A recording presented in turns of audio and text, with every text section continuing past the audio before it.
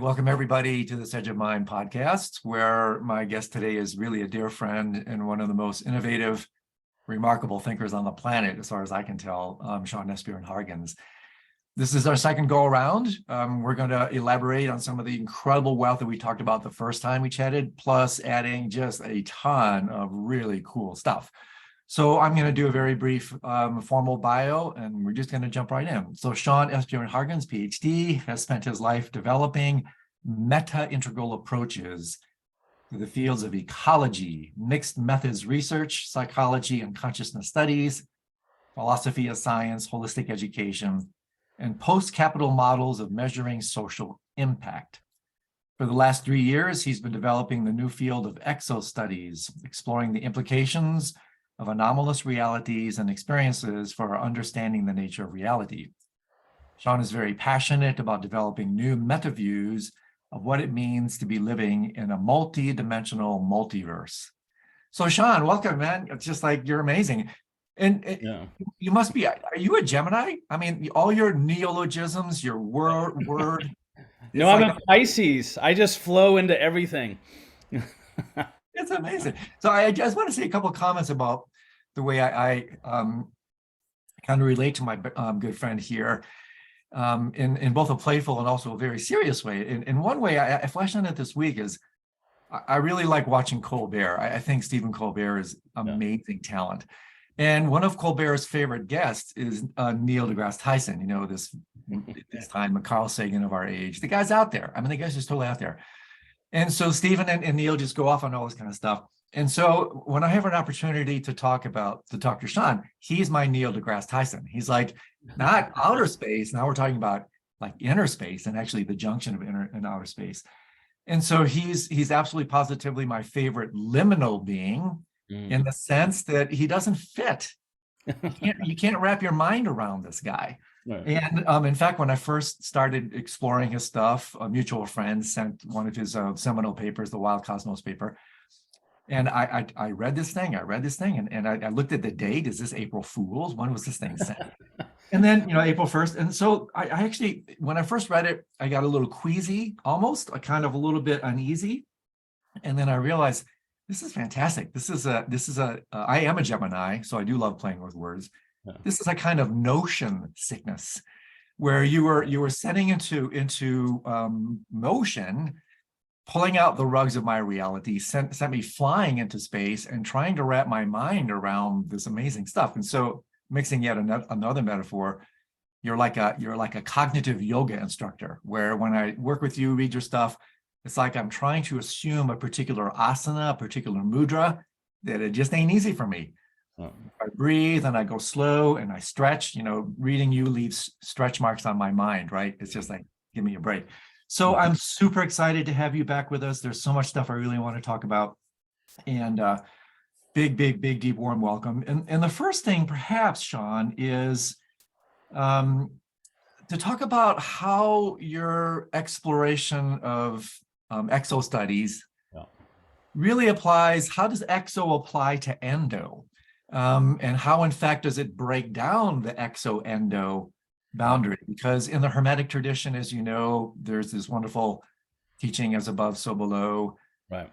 Kala Chakra, the king of all tantras, talks about as within, so without. And so when I read your stuff, this is what makes it so mind-bending. It's like, what is he talking about? Is he talking about mind? Is he talking about reality? Is he talking about outer? Is he talking about inner? And so when I step away from it, it has this bewildering, hypnotic, magical, kind of iterative fractal effect, right? It's like I'm looking down an infinite fractal with all these self-similar processes. And that's what makes it so beautiful, because it's like, yes, you are definitely talking about this particular topic, but like inherent within each one of these iterations is this vast multiverse. So maybe let's start with the relationship of exo studies to endo studies, the relationship of inner and outer, and how your work in a certain way articulates exo, and to me also dissolves the boundary between inner and outer altogether. Like, are we talking about mind? Are we talking about reality, inner, outer, whatever, self, other? So let's take that shot across the brow and see where it goes. Yeah, I mean that's the absolute perfect place to start. Yeah, I use EXO to refer to basically anything that's outside our normal sense of reality, which can refer to what's, literally outside of us in terms of environment, other planets, galaxies, outer space, as well as inner space and what's inside us in terms of our meditative practice, our sense of meaning making with our spouse or colleagues. And I think, I've always just been really hungry for like what is the nature of reality, and that led me to Integral because Integral gave a really big map to kind of really contain and think about reality in a really big picture way. And then, as you know, it's like Wilbur wasn't enough. I wanted to find what are the other big picture thinkers out there, right? That and so I studied the work of Roy Bhaskar and Edgar Morin. And it's kind of like I just couldn't get enough big pictures. And then alongside that was my meditative practice. And my meditative practice, kept having experiences that didn't really even fit with kind of all my Buddhist friends and my Diamond Heart friends, and weren't even the kind of things that Ken wanted to talk about. And so it was really kind of confusing, existentially disconcerting. And so when I started looking more at the anomalous, like these experiences we have that just don't fit in reality, I just thought, wow, this is where it's at. Like this, these experiences, these realities, these claims that people make are so weird, so out of the box, so nonsensical, and yet so many people keep making some version of these claims. Like, what's going on here? And then I came across Jeffrey Kripal's work, and part of what he does is he frames this up as the paranormal or the anomalous as non-dual sign, Yeah. right? And so this is where it clicked for me. I was like, "Thank you, Jeff. Thank you. You just helped bridge these two worlds, kind of my integral world, my map making world, and then now my meditative world, my experiential world, my exploration of consciousness world." And I just thought, that's it. Like, we're in this process of seeing the grip of materialism, releasing itself on our mainstream culture and our institutions. Now, I suspect that's going to be a couple 100-year process. So it's not like, it's changing anytime soon. But the critiques have been devastating, and pretty much the writing is on the wall, right? And we're looking for new models. And almost all the models, whether you're looking at panpsychism, you're looking at analytic idealism, you're looking at neutral monism or dual aspect monism, or any number of these interesting metaphysical frameworks, they are all trying to grapple with understanding a much deeper relationship between mind and matter, between inside and outside, between self and other, between past, present, and future. Right. And so one of the things that happened for me when I started studying anomalous phenomenon, both in my own experience and listening to others, I'm a map maker, so I started trying to look for patterns. And one thing that I noticed, and also Jeffrey Kripal's work helped me with this, is that the phenomenon is inherently double. Mhm. It's consistently both subjective and objective. It's inside and outside. It's mind and matter. It's synchronistic. It's what's happening inside me somehow is manifesting external to me. It's UFO showing up and leaving physical traces, but not enough to be scientifically convincing. It's like you have a precognitive dream, and then it happens in real time over the next 2 weeks, right? So over and over again, there's these experiences of this framework of what's inside me is separate and different than what's outside me, and the phenomenon keeps challenging that notion. It keeps pulling the rug out from that, and it's basically saying they are much more interrelated than you might imagine. And so when I started looking at what are the themes of doubleness, like in all the experiencer literature, and not just in the ufological context. I mean, basically psychedelics, near-death experiences, out-of-body experiences, transpersonal meditative experiences, basically any kind of first-person experience of the world being bigger and weirder and more unified than what we normally experience in rational waking state consciousness.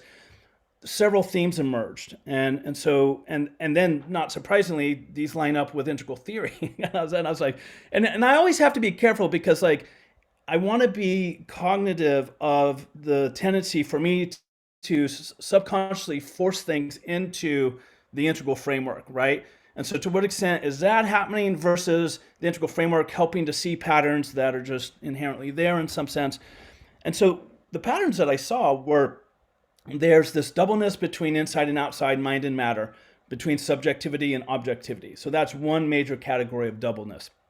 And the other category is between self and other, right? Like, are these beings that are visiting us in these craft, are they us from the future, right? Or people who channel, they often will at a certain point will have the experience that the primary being they channel, they realize and discover is actually themselves in another dimension or a future version of themselves, right? And there's a lot of examples across the literature, where like people can't walking into a room and discovering themselves sitting at the kitchen table, turning and looking at them. So like encountering their doppelganger, essentially, right? And so these are all experiences where something that initially appears as other on some level is self.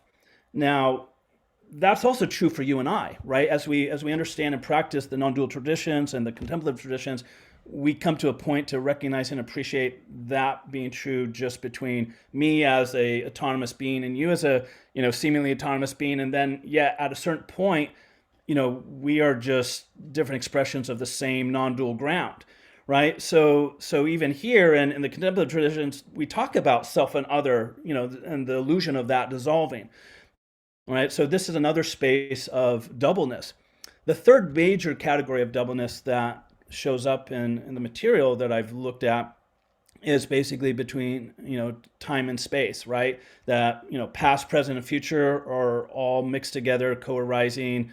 The future's influencing the past, and the past is influencing the future, and they're both influencing the present. And you look at like Eric Wargo's book Time Loops, just as one example of this complex ways in which or even in out of body experiences, there's often this experience, or near death experiences, or even in transcendental meditative states, right? You go into pure experience where there is no time or no space, right? And then coming out of that in some of the other types of meditative experiences, it just gets all mixed together, right? It's not linear in the way we tend to experience it in this mode of consciousness. And same with space, right? It's like people report accessing different spaces, different time, and and when you look at the integral model, the four quadrants basically is talking about inside and outside of individuals, and inside and outside of self and other, and then also the world. So self, other, and world, the big three, are these three major categories of how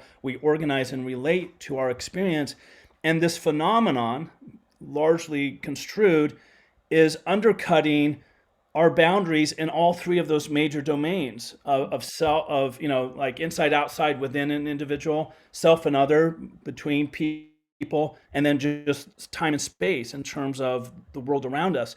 And so it really, to me, gets juicy because it's like, okay, now we're talking about the nature of reality.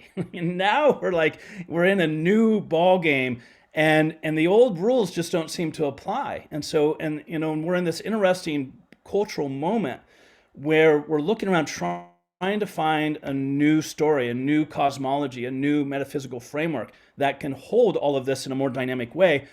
But what's interesting to me is all of those frameworks I talked about, right? Neutral monism, panpsychism, analytic idealism, none of them are a home run. All of them have issues. None of them like completely are satisfying, right? So even kind of our best, efforts by our most creative, thinkers on the planet, like, yes, it's a much better approach than our current materialist paradigm, but you can see that it still doesn't really tend to the complexity and the mystery of all of this. And so to me, that's just exciting. And I just find that exploring this keeps asking me to let go of my own identities, right? And professionally, personally, like it's embarrassing on some level to say, yeah, I believe in fairies and I've had some experiences that suggest that there are these nature intelligences, right? Or, yeah, Bigfoot, probably, ETs. Yeah, it seems like that's happening, right? Like, I have to move a bunch of stuff out of my library because we had a water leak. So I have movers coming in on the weekend, and I'm going through this whole process of like, what are they going to think of me when they start moving the UFO books or they start moving the fairy books? Like, oh no, those are the kids's. Oh, right. Those aren't mine, right? And it's so funny that like I'm even having that conversation with myself because like I'm a big boy. Like, why can't I just embrace like I think reality is super dynamic, and we're just starting to get a sense of it. And I've had experiences, other people have had experiences. So what's the big deal? And yet it is. It's still a big deal, right? And so I'm having to continually transform my own relationship to myself, right? And deal with my own sense of, well, I want to be respectable or I want to be, taken seriously. It's like, um, and yet the more I lean into this and kind of own it, I just find so many people actually respect me more, right? And obviously some people think I've, flown off the handle. You know, it's like there's this joke, the last couple of years, Tom Kern and I created this website, What's Up with UFOs? And when I started sending that out to my integral list, everyone was like, "What's up with Sean?" So it's like, and yet, when you look at what's happening in the UAP space, right, and what the Congress is doing, and what the senators and are saying, and the quotes that they're going on record with, and it's like, wow, like this is a serious topic, and they're taking it seriously, but no one else is. Yeah, Sean, again, it's amazing. There's just so much wealth here already. But in the spirit of our podcast, Edge of Mind, this is really edgy. This really is the Yeah, edge of mind. And actually, I think about it, what's very interesting to me in my languaging is I think a little bit about Galileo, right? And his challenge of the established right. uh, institutions of the day. And basically what he was trying to do was um, challenge the concentric, the centricities that were basically keeping the entire Western world, the civilization, so constricted and so contracted. And so in a certain way, you're like a modern day Galileo. And I'm sure if you were back then, you would definitely be living in house arrest, right? I mean, there's no way because Right. you don't fit in, right? You're just I'd such a be burned at the stake, right. Andrew. I Exactly. would be toast. Yeah, exactly. You wouldn't even be under house arrest. You'd be barbecue. But I think this is what's so great about it because, and this is what's a challenge for me, is because sometimes it's not that easy to read because Yeah, it does take me up against my edge, my boundaries, and because I know you and your intellect and your capacity, I know this guy just hasn't like lost his mind. I mean, he's really right. talking about something very compelling, and so you're one of the few readers, and I love to read and study readers who stop my mind. I'm Mm. reading something and like I come across a sentence and it's like hard stop.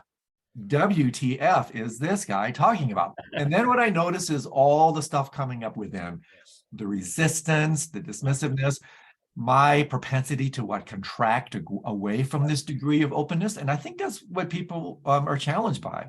Right. Connected to my favorite definition of meditation, I would Yeah, say exactly. reality, habituation to openness. And so Yeah, basically, you're with your exo studies, you're describing a world that is so open, that is so big, that it challenges the developmental structure of the ego. The ego yeah, doesn't want to go here because there's really no place for personal identity in a cosmos that's this big.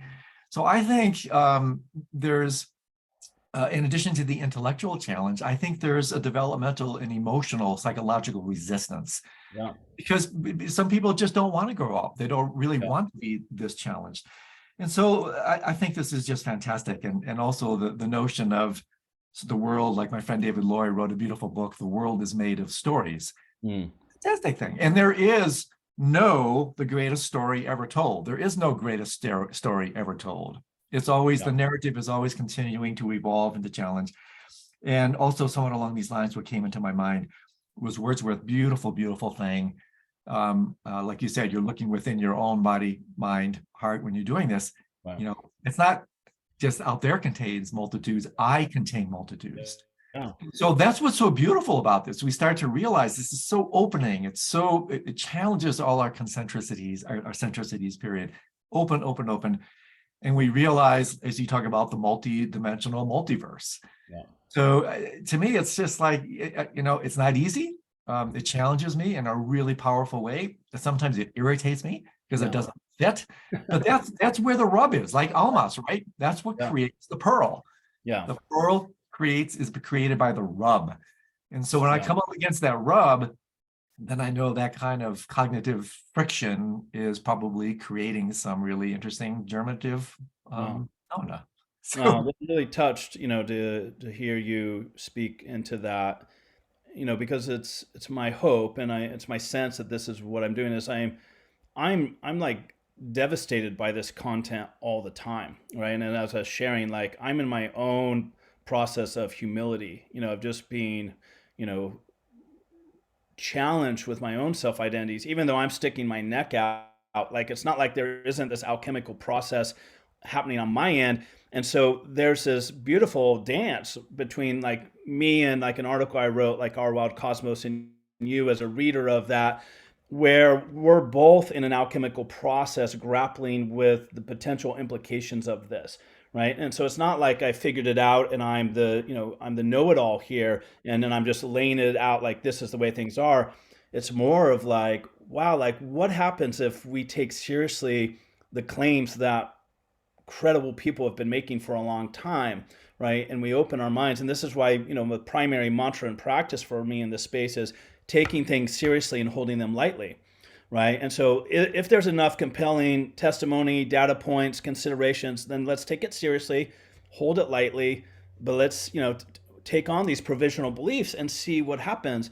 And it's like one of the other areas is, you mentioned Galileo. It's like, yeah, in a sense, I'm saying look through the telescope. But in a sense, the telescope is the practices. Look through the practices.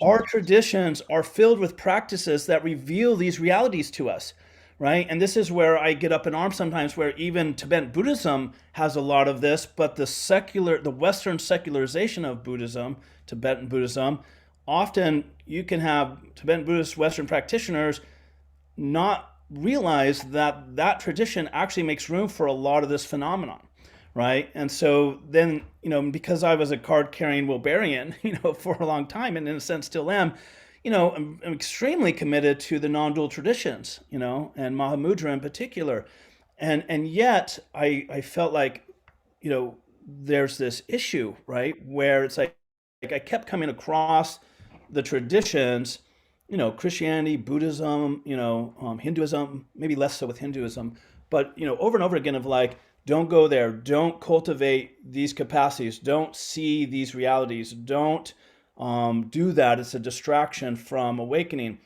And so the way I frame it up in my process is this idea of total realization. And total realization is an embrace of the path of luminosity or fullness and the path of like emptiness, right? So the path of emptiness is kind of what we think of as the Eastern mystical tradition, where you are dissolving all the veils of illusion, right? And you're penetrating the empty reality of phenomena, and that leads to awakening.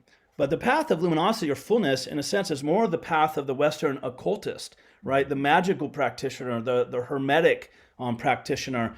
And here in this path, which I think actually is a complete full path to realization, like I think they both are.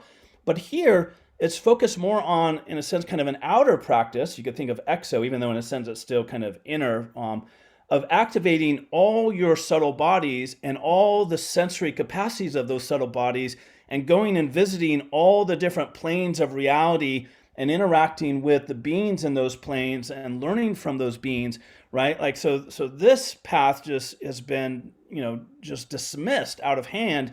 And yet there are a lot of robust practitioners of it, and there are repeatable practices, and it's kind of like, Wilber points out, if you take a broad empirical view, do this practice, whether it's, this meditative practice, or look through this microscope, or look through this telescope, or do this statistical analysis of economic, dynamics, do the practice, the paradigm, the injunction, get the data, right? What's the data that comes from that practice?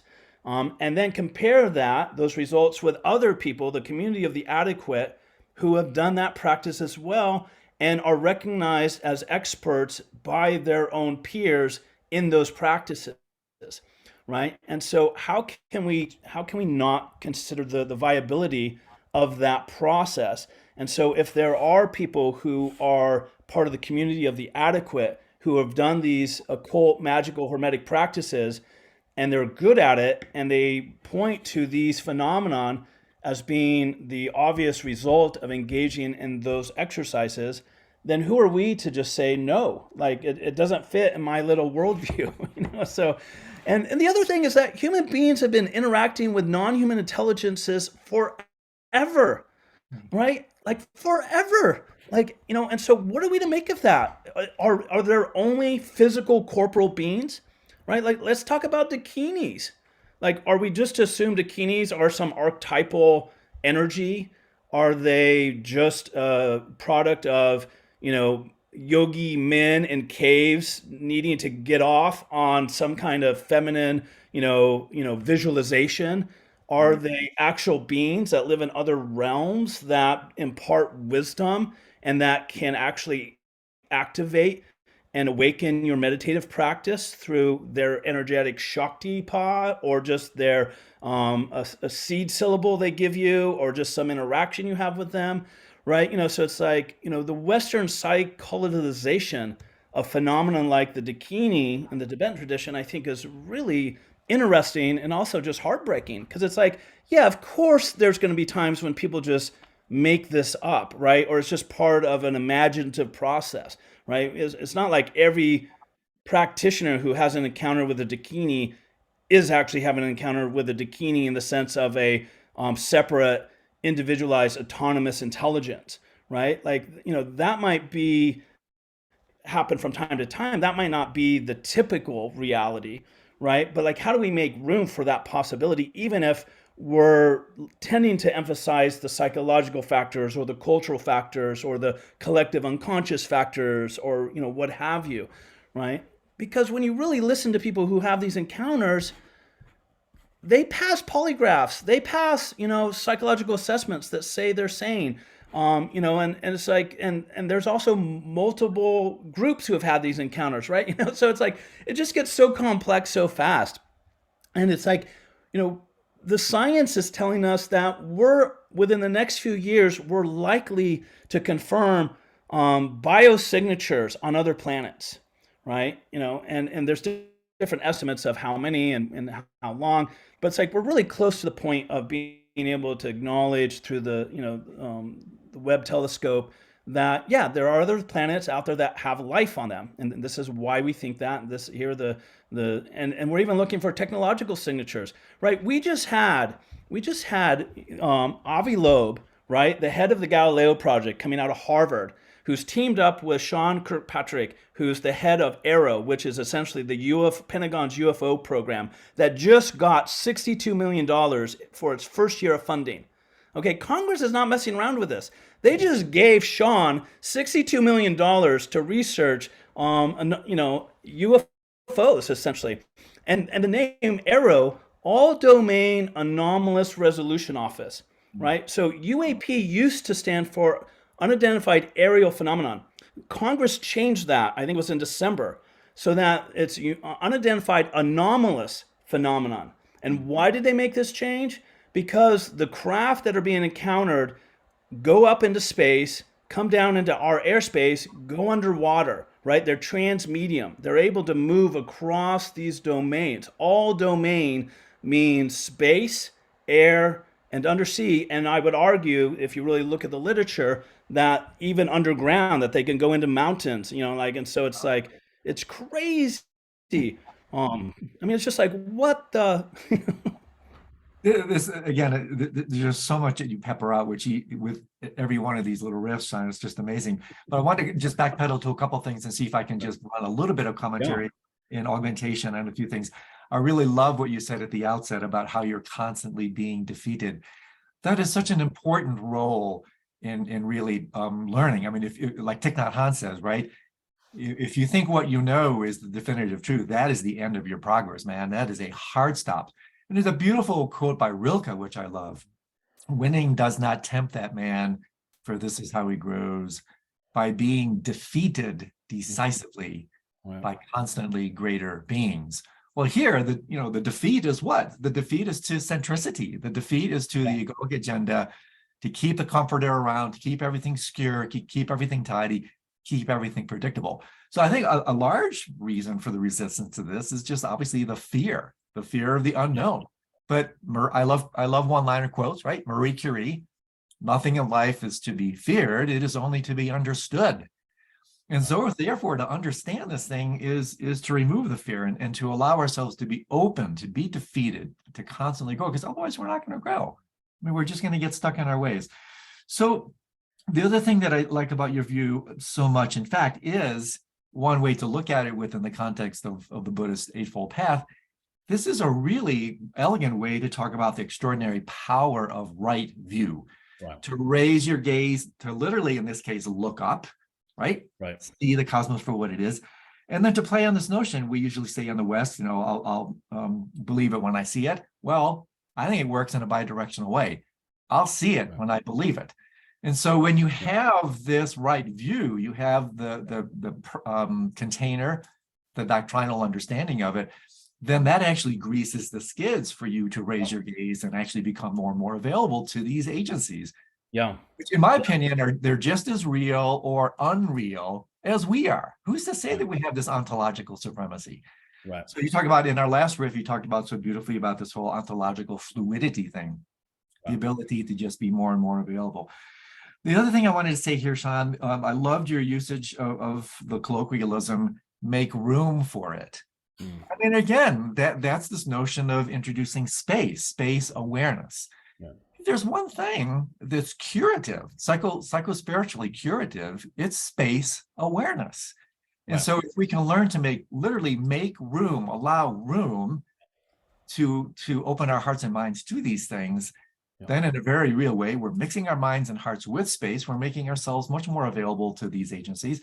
And it's like we're opening up avenues of communication and conversation with ready conversationalists. If we simply open up from our side, if we simply allow ourselves shut up, open, and listen.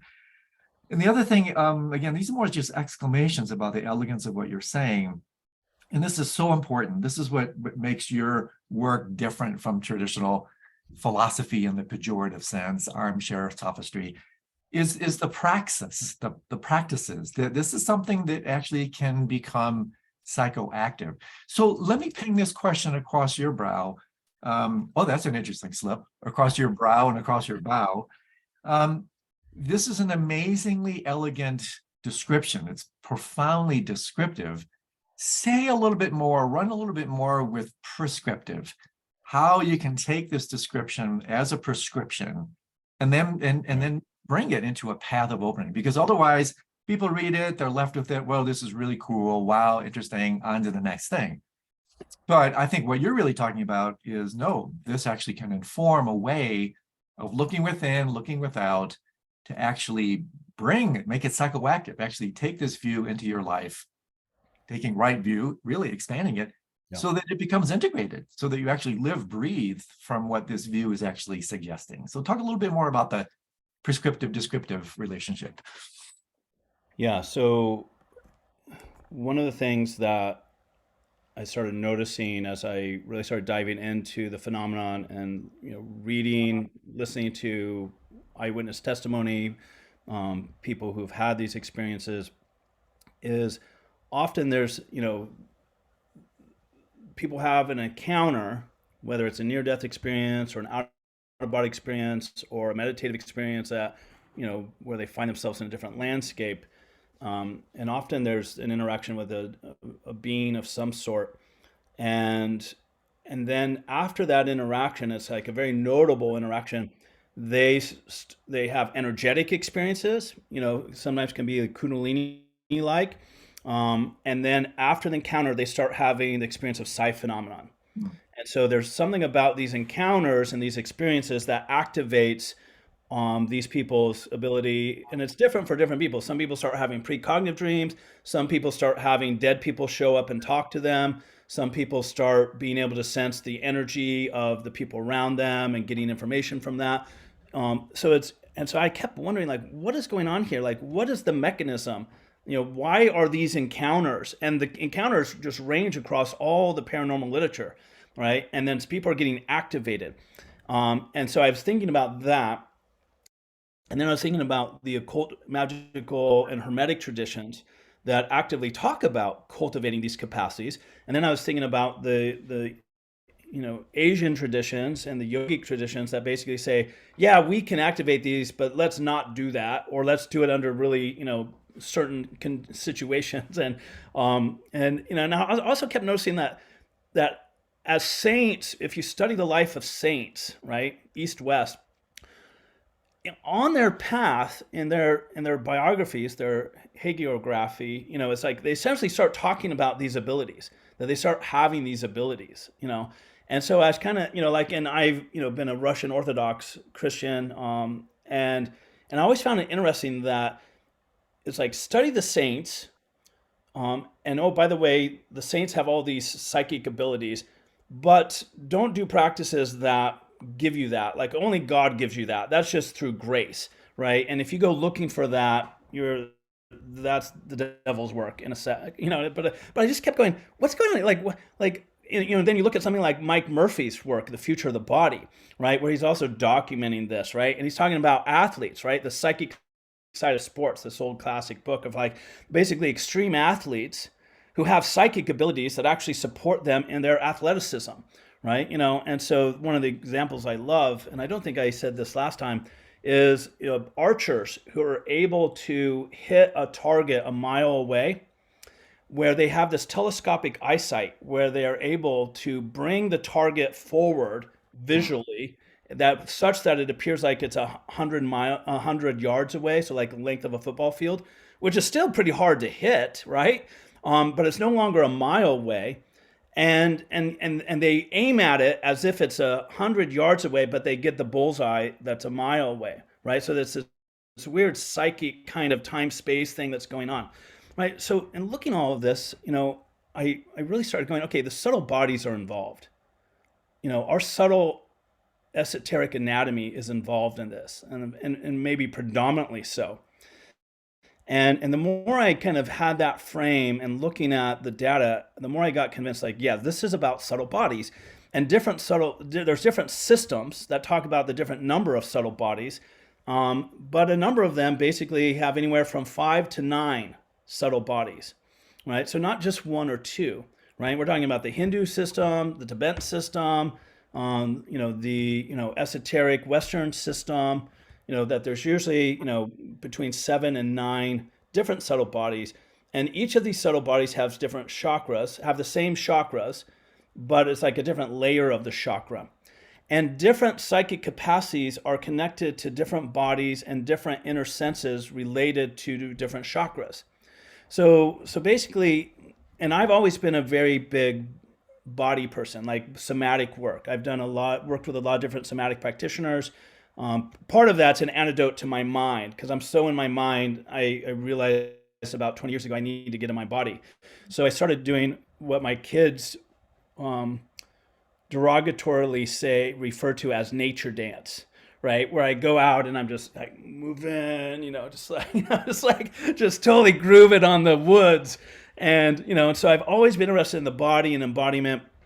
And yet when we look at the subtle bodies and how to activate the subtle bodies and how to access the etheric body versus the astral body versus the mental body versus the causal body, there's different realms and realities that are associated with each of those bodies. And there's different modes of perception. So most people who do energy healing, so like, that, kind of our typical California energy healer, they tend to get into their etheric body and then work on the etheric body of their clientele, right? And so you start to see this dynamic, subtle landscape emerge around our own embodiment. And that, some psychics have access to, can have certain psychic information that's just connected to certain bodies and certain chakras in that body, but a different psychic might be accessing a different one of their bodies with different types of information. Because I was often wondering, wow, when I go to one psychic and they say X, and I go to another psychic and they say Y, does that just prove psychics are bullshit? Or does it prove that they're tapping into different layers? Like, is there a frame in which maybe they're both right? But how could they be both right? Right? So as I started to kind of wake up to these possibilities, and then I discovered the Western esoteric tradition has a very robust set of practices of working with your subtle energies and basically differentiating them, so that you can access them. And that this is like the path of fullness, right? Of like activating all of them, right? Our dream body is different than, the body we're in when we have certain non-dual experiences, right? So there's this complex set of relationships between our meditative experiences and being in different embodied energetic states or layers of the subtle body, and the different inner senses that are connected to those bodies. And so for me, there's just this whole realm of practice that we can do to begin to work with and activate this. And even, the six, yogas of Naropa, like they get into a lot of this, right? So you find this in all the traditions. So for me, one of the areas of practice is to really thwart the message that, like, don't go there, it's dangerous, right? And it's like, no, like, this is what it means to be human, right? This is what it means to be superhuman. Like, we have these capacities, and you know this from your deep dream work. Anyone and everyone can cultivate the capacities that you are experiencing through your dream work with just a little dedication and guidance, right? It's not rocket science. I mean, it takes dedication, and to get the farthest reaches, you need a little grace, and you need a good teacher, and you need, hard work. But you can get pretty far down the field just with, a little bit of help, right? So, and this is where I feel our religious traditions have failed us, because Jeffrey Kripal points out that all religious traditions basically started as a result of paranormal experiences and psychic phenomenon. They're at the root of every major and minor tradition. And yet most of those traditions, as they get codified, become dismissive and ignore these phenomena, these realities, these capabilities. And partly it's like, yeah, we need an ethical framework to consider and cultivate and work with that. But to me, it's like there's just this wealth of practices that have already been documented in the Eastern and Western traditions. And people that I work with who have these capacities and work with these practices, they are wise and compassionate. I'm not coming across like narcissists. I'm not coming across people on ego trips. I'm not coming across people who are anything other than, integrating and transforming and trying to make sense of their complex experiences, and are just really cultivating love and service for pretty much everyone around them. So when I see people who are doing these practices, I see the same kind of people that I see in my Tibetan Buddhist friends, right? Like, there's not a real difference, right? It's not like, oh, those people have gone way off, track, and they're in, subtle body practices are the gateway drug to, complete narcissistic meltdowns. Like, no, it's like, oh my gosh, it's like, this is a path of wisdom and compassion, right? And there's amazing practices that are part of that, right? Equally as powerful in some respects as the, the non-dual Asiatic traditions. Just again, it's incredibly rich. And if I can just run a couple of Yeah. comments on what you said, and then we can bounce a couple of things off and elaborate on it. I think on one level, playfully, you said it's not rocket science. Well, I think on one level, it's inner rocket science, right? Right. You're- Yeah. Yeah. Right. You're basically becoming a psychonaut, or if Right. you're in dreams, onironaut. Right. And so this is why, on this podcast platform, I interviewed Ron Guerin, who's an astronaut, Frank White, who coined the term overview effect, is coming in. And we're going to be talking a little bit about this exploration of inner and outer space and similarities and differences. But one thing is so rocking cool here is, again, coming back to this beautiful Wordsworth quote, I contain multitudes. Right. Well, that can be in itself, that's a multivalent concept. Right. I contain multitudes in terms of when we do integral speak. I contain multitudes in terms of all the different developmental Yeah. structures that are actually Yeah. held within me, and that I manifest those moment to moment. This locus of identity is a fluid locus that's really working along two, if not three, different axes. And Right. if you put yourself in a particular environment, a certain aspect within you that will come out, like chameleon-like, depending on the environment. But run a little bit more, Sean, on this. Really, the notion of the subtle body. Boy, now you're really speaking my language. In Shambhala Buddhism, they use a wonderful term. It's called the inner court, Right. connected, of course, to the Sambhogakaya, Yeah. which in a certain way is the most populated and interesting of the courts. Yeah. Because it's basically from fully de-reified open emptiness, Dharmakaya, to fully reified, solidified Nirmanakaya. Then you have this massive intermediate bandwidth Yeah. that to me is so bloody interesting. And so maybe if you could help me understand a little bit more about your grokking or understanding of the subtle bodies, not only within us, but also outside of us, because in the Buddhist world, there tends to be more of an emphasis that the kayas, these strata of dimensions of beings, actually exist within us.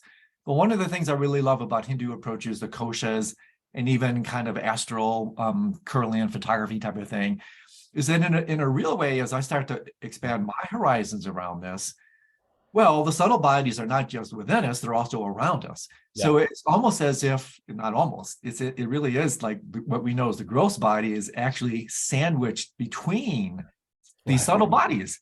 Yeah. And so that in itself, like, well, this is a total mind F. It's like, what does this do to my sense of soma, which Right. is where I temporarily localize my identity here. Right. And then, and again, just one last thing along these lines, just to give it some data from the neuroscientific community. You know this, the work of Torres Narchandras in his book, The User Illusion. This amazing fact, we take in.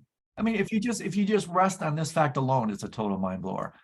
We take in less than 1/10 trillionth. Wow. Amazing. I mean, 1/10 trillionth of what's actually flowing around us. Are you kidding me? And even then, that part that we take in is vastly edited, filtered to basically support the worldview that we currently inhabit. And so talk about, Ken's first book, Spectrum of Consciousness, right? Oh my gosh, it's spectrum of mind, spectrum of embodiment, Yeah. spectrum of the subtle body. So last thing around this, because these are just some seed questions for you around this. The other thing I flashed on when you were talking about this is how death fits into this. That in addition to the dream yoga stuff, to me, the penultimate nocturnal meditation is Bardo yoga, which transcends what includes all the other practices. Yeah. And to me, when I read about it and have some concordant experiences of that in deep meditation, it seems to me that that's part of what the death process invites, Right. commands, and almost forces. Is a dislocation from this localized sense of identity, the death of the outer body. And then in a certain way, again, if you don't have the right view and you haven't done the practices, a forced introduction, right, into the totality and the spectrum of your being. And to me, what actually, therefore, this ties into praxis. I'm trying to bolt this into something real. Because to me, what happens in a death journey is a kind of a final exam. Pop quiz happens every night when we sleep, by the way. Is that, hey, what constitutes a realization? I hate to use the word enlightenment because now that seems so static and reified. Is it like once you're enlightened, that's it? No, that's just the beginning. But to me, I look at the whole death thing as a forced dislocation from this gross outer body, and then a tour, an involuntary, uncompromising tour of these dimensions of our being. If we are familiar with them, the very definition of meditation in Tibetan, to become familiar with, if we can relate to them, if we can be open to them, I believe that that's what constitutes enlightenment in the death process. And that's why for the great beings that go through it, it's just no big deal. They're cascading through dimensions of interiority and being that they're already familiar with. They're doing it voluntarily. They're not freaking out. They have a relationship to it, and therefore they can ride the surf. People who aren't familiar with it, right? Literally, to become familiar with meditation, what do? Too big, too open, too wild, too different, whatever. And what do? They contract. And that very genesis of contraction really initiates the whole samsaric trajectory. Mm. That's what kicks you out of the Bardo Dharmata into the Bardo becoming, literally reiterated in the contractions of your mother at birth. How interesting is that? Right. Literally reiterated yet again when you contract in the form of grasping, Right. whether it's worldviews, thoughts, you name it, right? So to me, it's like, holy moly, Batman, you're talking about stuff that applies not only to the way we relate Right. to life and what's happening here. I see this as like Bardo yoga. I see this as a way to really open, de-reify, decentralized opening. To me, death is the grand opening. Are you going to be open enough for the grand opening? Or it's so open, so spacious, you're going to contract what? Out of fear? Too much Yeah. space, too much space, too much freedom, right? Too much freedom. Yeah. Boom. And then there you go. Yeah. And this happens moment to moment to moment, not just at death, it's happening right now. So a lot of noodle stoning against the wall, that's only because you throw so many beautiful things out. But I Yeah. wanted to put some exclamation points on the beauty of what you're saying and also see what lands with you here that you can run with. Yeah, yeah, this all resonates really well. Let me start with the Bardo piece, and then kind of work backwards with the things you highlighted. Yeah, at a certain point, I had this aha as I was, really asking myself, okay, is astral projection, is out of body, taking on the practice of out of body experiences, is that really a path to enlightenment? Like, because I'd had all this indoctrination that it's not, right? Like, no, that's not real spirituality. That's just, you're just screwing around, and, go do it if you have to, but come back when you're ready for like the real deal, right? So I was like, and then at a certain point I thought, as I was listening to and reading the people who have made a lifelong practice of this and are taking it as far as it can go, one, I started noticing them describing basically, having pointing out instructions that sounded like, my favorite Rinpoches and Lamas. So I was like, okay, what's going on here? This is weird. But then I had this realization, like you're saying, I was like, oh my gosh, this is Bardo training. This is like, when you do this path, one thing that people report very early on in is their fear of death goes away, and they start actively working with, essentially, because every time you go through this process you're essentially dying, right? And so a lot of it is Bardo training, and one of the things that happens with people on this path is when they're doing the practices they encounter dead people all the time, and they end up helping dead people, right? And so you're actually, and I remember Lama Palden, who I worked with for many years, we were having a meeting with her, and she had talked about someone who in the Sangha who had died recently. And she was describing how, kind of in a nonchalant way, and it was really caught me off guard because this was at the very beginning of my journey and all this. In a nonchalant way, describing how she was going into the Bardos and assisting them in their process.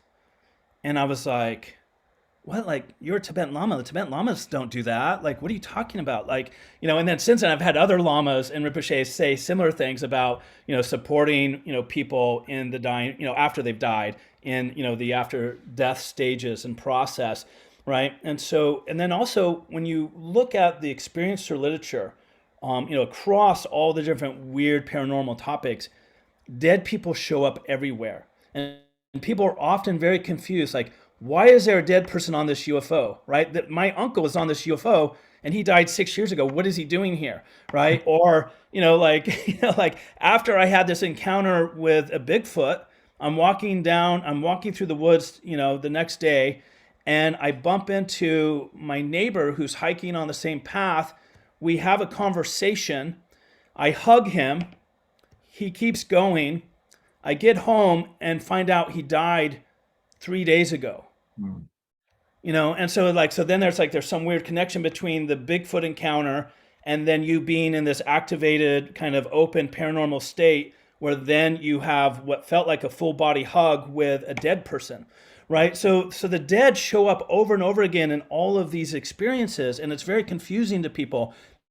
In fact, one of my favorite authors just wrote a book, a 2-volume set called Ecology of Souls, where he's kind of trying to create a meta theory around the role that the dead play in all of this. But anyway, so yeah, I think death is a big part of this, and this is Bardo training. The Hermetic tradition, the esoteric, magical traditions are very much about Bardo training by any other name. Now, coming back to the point you made with like you have Nirmanakaya, you have Dharmakaya, and then you have Sambodhakaya, right? And that you have this massive range of phenomenon, right? And it's very interesting. And yeah, it is seductive. It is, we have to be mindful of like how we engage that. But and if you think of, there's often a lot of systems have a three body system: gross body, subtle body, causal body. But and there really does seem to be essentially one physical body. I have one physical body, and when we talk about the causal body or like the ultimate subtle body, there really is one, because it's like timeless, spaceless. It's like it's can't even really talk about it, but like we can just kind of point to it in a sense, right? So in a sense, there is a singularity of sorts for each of those. But then when you talk about the subtle body, there's just a lot going on. And like even in the kosha system, the five koshas, you basically, the first kosha is the physical body, the last kosha, is like the causal body, and then the three koshas in the middle are the subtle body. But what you find is like historically, when you look at the religious traditions that have worked with the subtle bodies, over time, more and more subtle bodies emerge.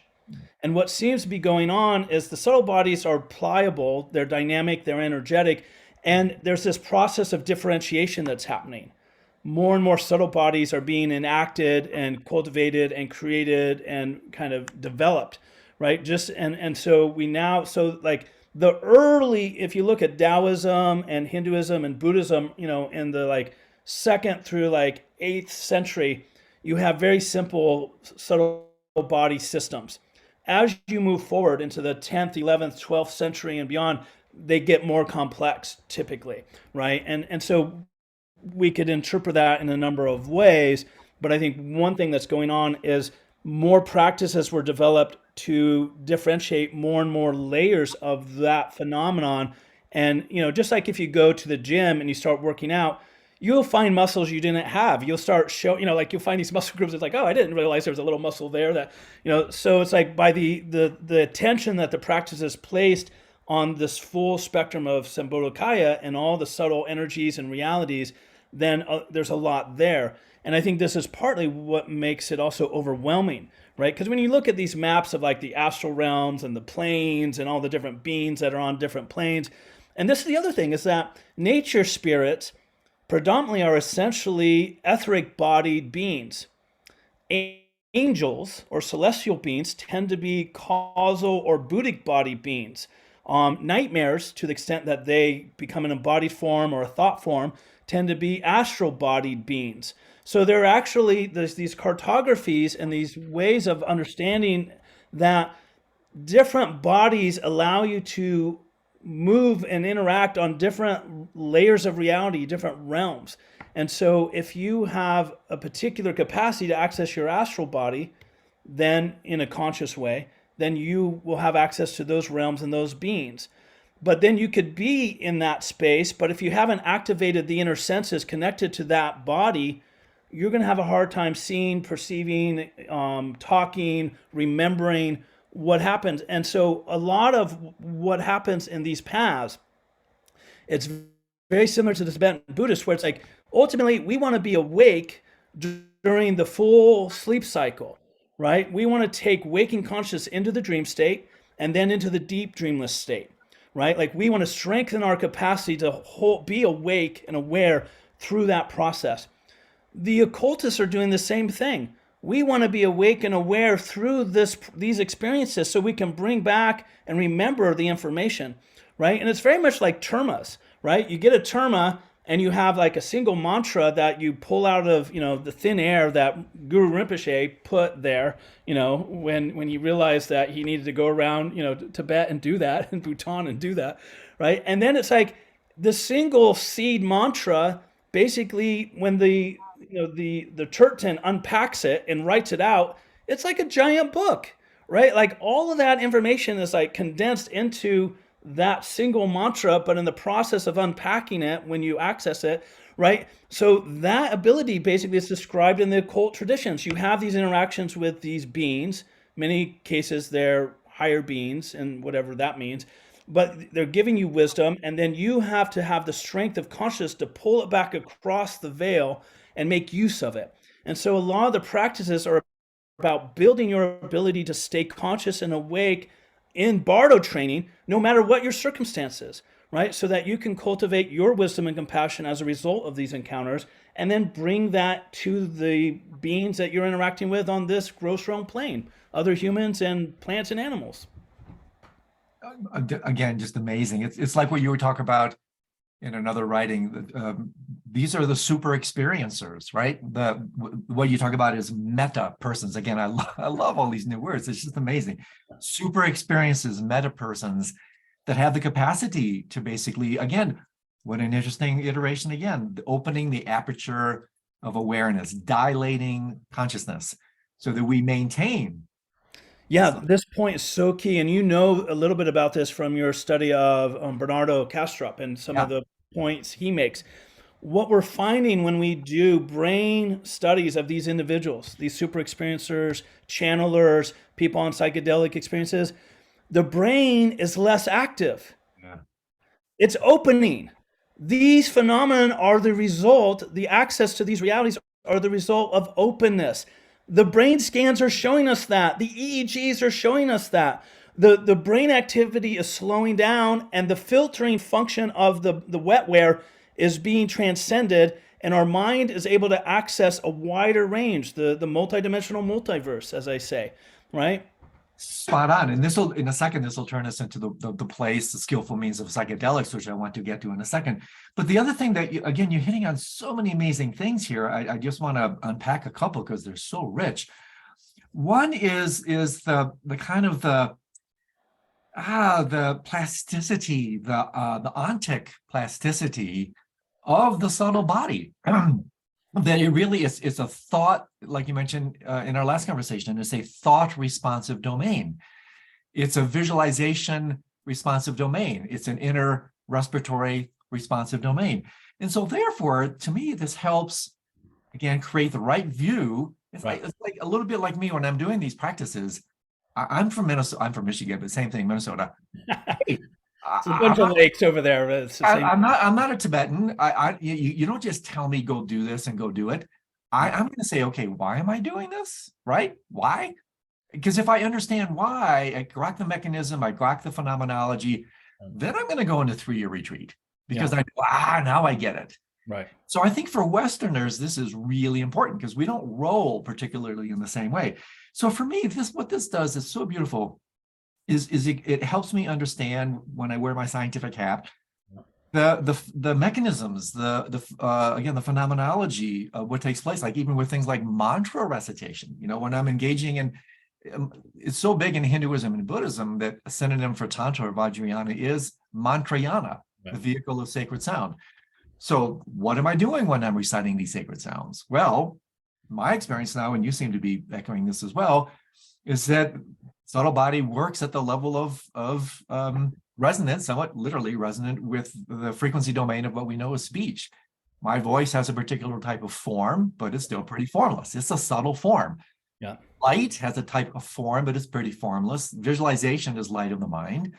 So when I work with visualization and mantra, I'm actually working in a thought responsive domain to actually manipulate. It's not just neuroplasticity.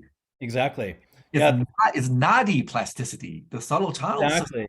So we're working in this top-down approach. This is Tantra, man.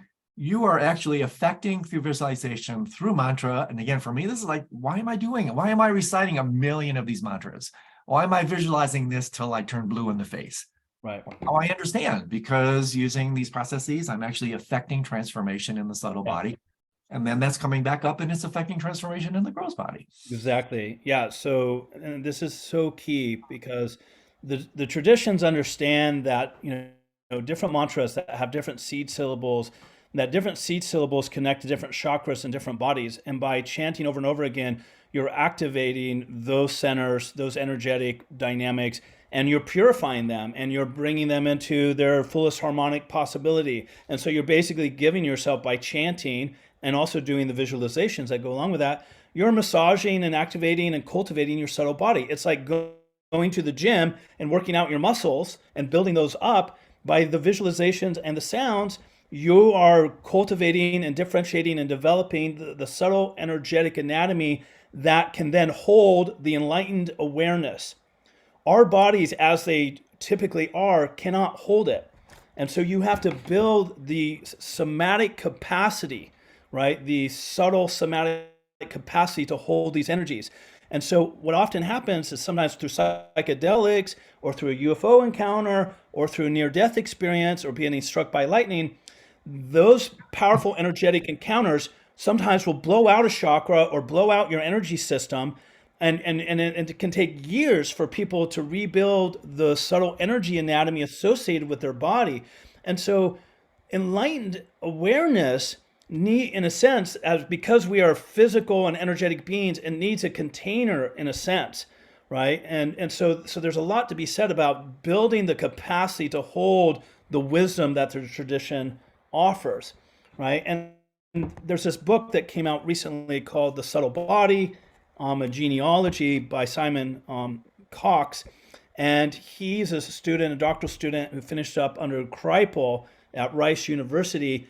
And he was on the search to find what he called the body, right? He was a practitioner of Taoist and Chinese subtle body practices, and he wanted to understand the subtle body. So he wanted to understand all the traditions are basically, blind men and the elephant, and he wanted to find the elephant. He wanted to find the one map of the subtle body that was like the ultimate map that really detailed it, right? And he kind of was taking the postmodern view that, well, the Tibetans had one aspect of it, the Chinese had one aspect of it, the Hindus had one aspect of it.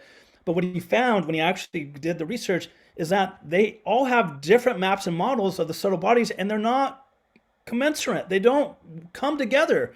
And so he came up with this term, prepare yourself for this, multi-natural somatic pluralism. That's great. I love it. I love it. And what he means by this is that the subtle body is real, ontologically real, in a multiple natural sense, right? It's somatic, so it's embodied, but it's pluralistic. It's multiple, like there's many of them. And this is why, if you also look, the Tibetan tradition has 5 or 6 chakras typically. The Hindu tradition has 7. The Egyptian had 12. So is it the Tibetans missed 2? Right? Like, are the Hindus, one up on the Tibetans because they have 7 chakras and the Tibetans only have 5 or 6? And so the Tibetans, weren't able to find that final chakra? No, it doesn't work that way. It's a dynamic neuroplastic, subtle plastic space. And depending on the practices you have, depending on the morphic fields associated with the tradition, depending on the cultural dynamics, different traditions are going to have different subtle body systems. And so we're not all born with 9 subtle bodies, right? We're born with the potential for any number of subtle bodies, depending on what traditions we're born into, what practices we take up, right? And what traumas occur along the way, what experiences occur along the way. And the other thing about the subtle is, I know you're a big fan of idealism, so am I in many respects, but I am often struck with this situation. And we've talked about this a little bit before. So we have materialism on the one side, right? That says mind comes out of matter. And they have a so-called hard problem, right? Because they're screwed. There's no way they're going to solve that, right? We know that. No way. But on the other hand, the idealists have the same situation, how to describe how matter comes out of consciousness, right? Like they might have a slightly better chance of doing that, but they have what I would call a tough problem, right? So there's a hard problem and there's a tough problem. How do we get mind out of matter? How do we get matter out of mind, right? And I have to say, when I read even Bernardo, but and many other kind of well-articulated idealists, at the end of the day, I'm just left wanting. I'm like, okay, like I get you, like at an abstract level, yeah, that makes sense. But it's like I don't know, like there's just like, it's like you can't get from Dharmakaya to Dharmanakaya without Sambhogakaya, right? And this is where I think the subtle bodies, the subtle energy systems, they actually provide the connective tissue between pure experience and physicality. And all the kind of layers of high subtle, all the way down to, and so I think there's a spectrum of subtle phenomenon realities that the idealists need to have more fluency in those models and realities to better describe how matter comes out of mind. Because ultimately, I think that's true, but I'm just not very persuaded by the way a lot of our Western idealists try and go about that, right? And I think the Tibetans do a better job of it, but still. So it's kind of this interesting thing that the subtle realities actually is the bridge between mind and matter, in a sense. Yeah. Well, just very, very briefly on this, because there's so much I want to pack, but I just want to toss this out before I get into my unpacking section. How does Spinoza's double aspect approach here come into play? That, I'm paraphrasing him, please correct me if I'm wrong. Matter or body is just really gross mind. Mind is just really subtle body. Is that, to me, there seems to be some traction there. So maybe just a brief comment about that.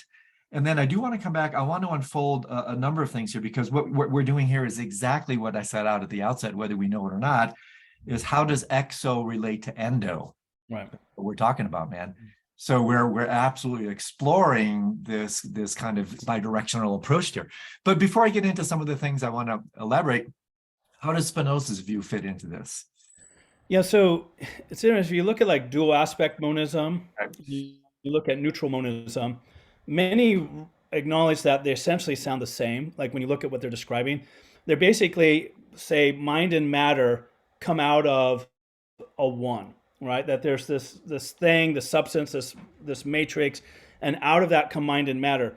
Now, dual aspect monism, what they tend to say is that the one, right, the whatever the one is both mind and matter, right? Whereas the neutral monists say the one is neither mind nor matter, right? So then for me, the integral monism on this would be that the one, by whatever name, is both mind and matter and neither mind or matter, right? Exactly. You got to do the Nagarjuna thing there, right? What they call the tetralemma, exactly. Yeah, right.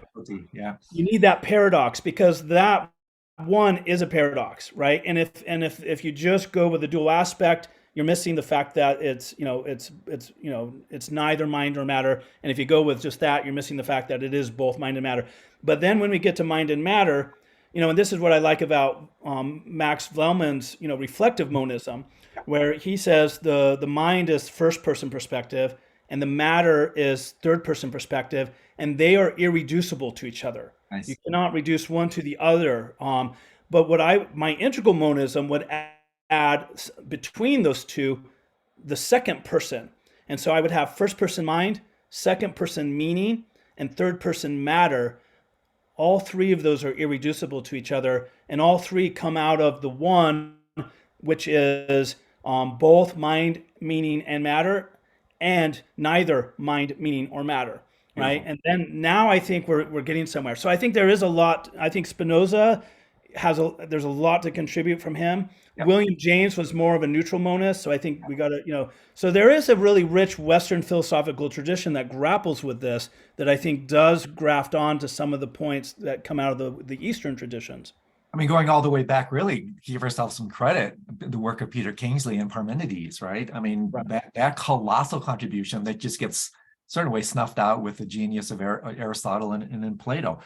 But there's a couple, oh my God, this is like, you hit on so many amazing things. When you talk about, there's a couple of narratives that I'm weaving, that I'm hearing coming through over and over, which are so cool, like the tantra of our talk today, the weave. Right. One is that you're talking about subtle bodies, and there's many of them. Well, what I immediately flashed on, there's many of us. Right. Again, it's this I contain multitudes thing again, right? Those subtle bodies, they're within us. And so what this stuff does so beautifully is it invites, and eventually, either through a crowbar or through cognitive dynamite, dislodges this exclusive identification with outer form. That's exactly what ego is. That's the way Eckhart Tolle defines ego. I love it. Exclusive identification with form, right? So, totally. And so another thing around this that I playfully talked about, there's many of them, there's many of us, playfully, again, because I'm a Gemini, I love to play with words. What we're basically talking here about is the inner United States. We're talking about the United States of consciousness, right? The United States of being, the United States of mind. Exactly. That's actually very interesting, again, iteratively. This is not the fullness. right? The Exactly. path of Phoenix is embracing that. Or Dustin DePerna refers to it as openness, Have right? hope. Which connects with your definition of meditation, right? Being open to all of these realms and phenomena and experiences. And again, there's room at the table for this. But again, this is, and I love what you talk about in your bio. The social impact. Hey, wait a second, baby. This again is not just phenomenological. This is not just interior. This is exterior. So when I play with this notion of United States and red and blue and all these different colors and all the different kind of topographies, cognitive and otherwise of these states, this is just an exo manifestation of this Indo phenomena. Yeah. To me, I don't see these as different. And so if we understand that, oh boy, does this connect us to others? Does this bring a sense of tolerance and understanding and compassion? Because we've established a relationship to these interiority, the United States, not the disunited States, the United States of our own being, that can then help us literally translate that into working with the so-called outer United States. But I want to, again, just say two things here, and then I'll throw it back into your court because there's so much. One thing that I really want to throw into this mix here, because I definitely want to get back to psychedelic or turn to psychedelics in a second, is that there are a set of practices when we're dealing with the subtle body stuff. There is a surgeon's general warning in the deep contemplative practices when you're working with deep inner subtle body processes. For instance, and I can speak from direct experience, people who've done the inner yogas, the true core, the Chandali, these really intense inner, they're called wrathful methods of liberation. Why? Because they target the somatic basis of samsara as it's lodged in your subtle body constitution. And that's why you have to have a somewhat stable mind. The text, this is why they're prescription strength, they're restricted, because you go jumping into these things without preparation. In a certain way, it's a little bit like what happened with our mutual friend Christopher Vaish using psychedelics after 20 years. He had to stop. Why? Because the psychedelics had blown his chakra system so wide open, his channels were so wide open, he couldn't handle the energy and he was going to lose it. I know people who literally, I know a guy who did 49 days in the dark. It took him years to get his shit back together because he blew out chakras and he came out of this and he wasn't awake. He was like borderline crazy. So when I'm throwing this out for a little bit, children at home, in a certain way, don't do this, or do it with the right supervision, because you start targeting the basis of samsara. These things are profoundly. That's the nuclear option. That's the nuclear option. The promise is in direct proportion to the peril. So I throw this out because absolutely, this is often, especially there's all this new stuff. I had a conversation with the leading editor of a Buddhist magazine just this week. People want to write about dark retreat. Aaron Rodgers did this dark retreat stuff. It's like, holy moly, man, you better be really careful when you start exploring these dimensions of interiority. And this ties into the next thing I wanted to bring in is when we talk about subtle bodies, we haven't said this overtly yet, we're talking about the unconscious mind. Right. Your body is your unconscious mind. And so when you're targeting these subtle bodies, you're targeting your unconscious mind, which neuroscience will tell you, right? Bruce Lipton and others, 95% of what we do, minimum, is dictated by these unconscious processes. Yeah. So again, this is a very powerful way to bring all the processes of the unconscious into consciousness. That I think is one way to talk about not only individuation, but enlightenment. So this stuff is really powerful. It's really charged. And I think one has to just be slightly cautious when we go dipping into these territories to understand both the promise and peril here. So I have more to say, but I'll throw those noodles for now. So maybe talk a little bit, Sean, if this lands with you, because our dear friend Ken Wilber talks about this beautifully in his basically five basic strata of the unconscious mind. Right. Relationship of subtle body to unconscious mind, unconscious processes, and how this ties into the mix. Yeah, great. I want to go back because you had mentioned this point around, are the subtle bodies outside of us or the inside of us? And I actually asked one of my teachers in this space, Kurt Leland, this question, or, it came up in a conversation. I was there with him at the time. And he, made a really cool integral move. He said, our mind tries to grasp what's going on here. And so the two main models are, one, we think of them as auras, surrounding, like there's the etheric body, then the astral body, then the, mental body, and that they kind of go out, right? And you often see this in different energy books, right? Where there's the figure and they have these kind of lines going around, and those are the other bodies. And he says, and then, so that's kind of like the Russian doll image. The other is that they're within you and you go deeper into them. And he says they're both right. They're just different ways that our mind can work with the paradoxical, non-local, non-temporal nature of the subtle energetic systems we have, right? So, and some teachers will maybe emphasize one, and ignore or dismiss the other. He said, but both are accurate and fine, right? They're different ways of understanding, the subtle bodies, So that's one thing.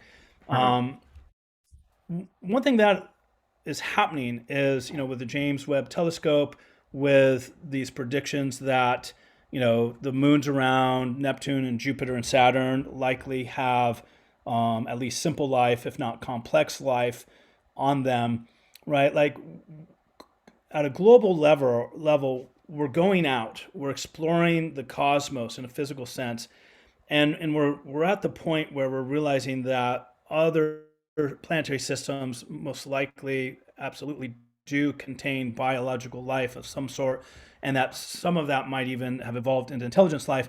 And so we're going out, right? But it's redefining how we understand ourselves as human beings, right? Even Elon Musk making his plans to go to Mars is forcing us to consider, what does it mean to be human, right? And what would it look like, or, to have a group of 100 people go live on Mars, right? Or like, or there's, current plans and talk of a permanent moon base, right? And a number of countries are kind of working to vie for that stake in the ground, right? So that we would have people living on the moon permanently, right? For different tours, right? So this whole process of EXO, of going out, is also this massive redefinition of humanity. And so I find that very fascinating. In a similar kind of way, how I got into EXO was I was going really deep into the fairy traditions and working with the intelligences associated with natural processes and ecosystems. And the more I went kind of into the earth, if you will, the more I kept popping out into the galactic. And this was very confusing to me. It's like I was going in, but I was finding myself out in the cosmos, right? So I think it's another example of this doubleness of, like, if you go in, you're going to find the out. If you go out, you're going to redefine humanity, right? It's like these things are inextricably linked, just as mind and matter are inextricably linked. And the sooner we kind of come to terms with that and start exploring how that is, the better, right? In terms of this point around the body, I think this gets really interesting in the unconscious, because what I'm noticing is that we have the physical body, and the physical body contains physical traumas. The etheric body contains certain types of energetic, traumas. And like when you get a massage, for instance, someone's massaging your thigh, and you start having this vivid memory of when you were 10, and you're like, what's the link between them loosening up the muscles in my thigh and me having this really vivid memory that I haven't thought of forever, right? We start to realize that memory is not just in the brain, memory is distributed throughout the whole body, right? And the whole energetic system is somehow connected to our whole set of memories. And, and we don't, no one understands memory. We're like, what do we do with that? We don't know anything about memory, basically. And so each body has a different kind of unconscious, right? So if we have 9 bodies, those who love shadow work, they have a new task, right? Have you done the shadow work with your astral body? Have you done your shadow work with your Buddhic body, right? And some of it's like karma, right? Because at the astral level, you're really dealing with, past life stuff more. At the causal body, you're dealing more at the soul level. So there's different kinds of karmas, patterns, blockages, unconscious shadow content appropriate for that level of being. Right? So every layer of being within that multi-body, subtle body system needs to be purified and needs to be cleared out. And so there's different kinds of unconscious content connected to each of those layers. Every time you run on these things, it's like, holy crap. I mean, this is what's so wonderful hanging with you. I have this whole list of questions, Sean. Oh my God. I've asked one. Oh my Like, God. like, hey, that's screw it. Screw it. That's All all right. good. But let me just say a couple of things because I mean I just love this crap. So yeah, what you say, this is really important because there's another thing that we've been circumambulating here that now maybe we can make a little bit more overt, which is the center of the whole Buddhist mandala, which is emptiness. Mm. I mean, emptiness, much ado about nothing, right? Yeah. Everything we're talking about here is basically working with this because fundamentally, what do they say? You know, this the great teaching that without emptiness, nothing is possible. With emptiness, everything is possible. And we're talking about every possibility, right? This Right. is a marvelous exposition of the malleability, the expressivity, the power, the expressive thermonuclear power of emptiness to shine in all these incredible ways. So I wanted to throw this into the mix because this is actually very, again, very practical, is that what you say completely resonates with my experience. When you engage in this deep inner journey, it's not, you talked about earlier about going to the gym and working out. Yeah. Well, in a certain way, we're working in when we're Yeah. doing Right. stuff, right? Yeah. Great. And so when we go deep, deep within ourselves, as you know, one way to look at the Tibetan word for Buddhist, transliterated Nangpa, insiders, those who realize this is an inside job. So what I've discovered that totally connects to this is you go very, very, very deep into the very center of yourself through deep formless meditations, through the nocturnal meditations, and then fundamentally, again, this is what happens at death. Fundamentally, you go in and you're going to find nothing, no thing, emptiness. Yeah. But then in like this kind of mental, cognitive, spiritual Mobius strip, Right. that then leads to the simultaneity of emptiness and form, emptiness and fullness. You actually, when you come in and discover the centerless center of yourself, you become nothing. Yeah. Literally, at the same time, simultaneously, you become everything. And this is exactly the unity in sutra language. Emptiness is form is emptiness. In the Heart Sutra, in tantric language, this is the unity of luminosity replaces form at the level of tantra. This is the unity of luminosity and emptiness. Yeah. And so this is perfect. You come into the center of yourself, you realize there's no thing there. By becoming no thing, you become everything. Yeah. And therefore, talk about right view. You have nothing to lose in a certain way and everything to look forward to on the spiritual path if you just let go of this constipated form of development that we call ego. Because this is a pretty good swap, man. Pretty good swap. Putin doesn't need to conquer Ukraine like we talked last time. He is Ukraine, right? Trump doesn't need to conquer the world. He is the world. And so when you go into the center of yourself, you become nothing, you become everything. That's a pretty good deal. I will take that swap. Right. If you understand the commerce that's involved here. And so the kid talk about right view. Okay, I'm willing to go in deep, discover I'm nothing. By becoming nothing, I become everything. So I really wanted to put an exclamation point on that. This whole notion, oh my God, how bloody brilliant. Each body has its own unconsciousness, and therefore the shadow work, the 3-2-1, right? The shadow work, holy moly, now you have all these marvelous levels. And on one level, to me, like we talked about last time, this can be almost like TMI, overwhelming. It's like, holy crap, what do I do with this? I find when I roll with this, I mean, I just want to sing and dance and go hug a tree. I mean, this is just so bloody cool about the radiant manifest display of the phenomenal world that your work just so dazzlingly brings to the table and challenges us. How big is our banquet table? How much room do we have for these phenomena, these experiences? And so I just love this crap, man. You really are my inner Neil deGrasse Tyson, dude.